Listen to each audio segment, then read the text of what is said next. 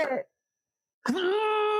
Okay, my cold open was supposed to be someone struggling to open my puzzle box. And as you saw, it's not near as hard to open as I thought it was going to be. This box actually uses a very common mechanism, one that you find all over the place. And once you recognize the mechanism it uses, you'll start to see it in all kinds of designs.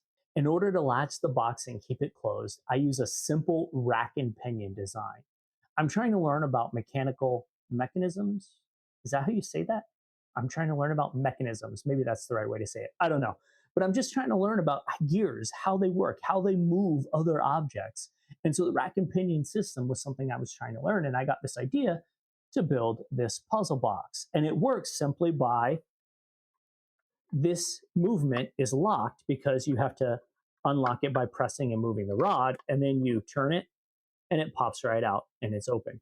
And so you can see that the rack turns the pinion and they engage. And sometimes they go too far and then it stops working altogether. But it's a very simple design. It's not complicated. There's not a lot to it. And it's actually very easy to mock up and onshape. The purpose of the rack and pinion is to turn rotational motion into linear motion. As you rotate the pinion, the rack moves, it engages, and it locks the lid of the box to the box itself, essentially making it a locked box. There's a lot of flaws with this design. For example, this rod here, it has the latch mechanism in it. So I've had a couple of them broken as I had just different people try and open it, which is why okay, let me help you out here just because this should be glued on. I didn't glue it on.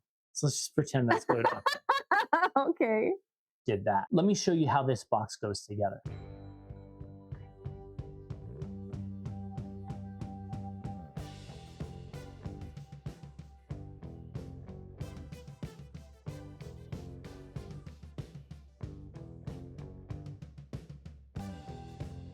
This is how the internals work.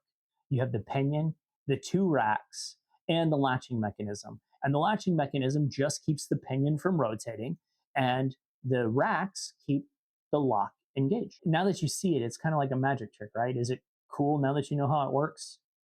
All right, so Chrissy, I've created this puzzle box, and it's a relatively simple puzzle box. Relatively simple, meaning if I don't get it too easily, I'm dumb.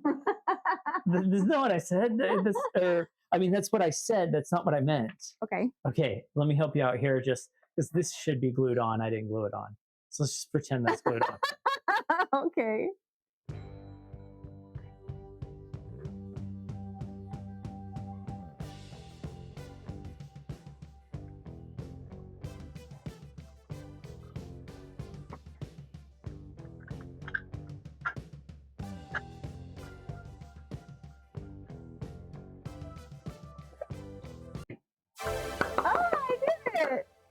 I'm not dumb. No one was saying that. So what'd you think? It was fun. It was kind of neat. Was it any challenge at all? Realistically, it's not that It was simple. Yeah. Considering I'm not an engineer, but I'm playing around with just designing mechanisms and things like that. Are you impressed? Yeah, for sure. Level of impressed. 1 being moderately impressed, and 10 being I cannot believe you were able to build something like that.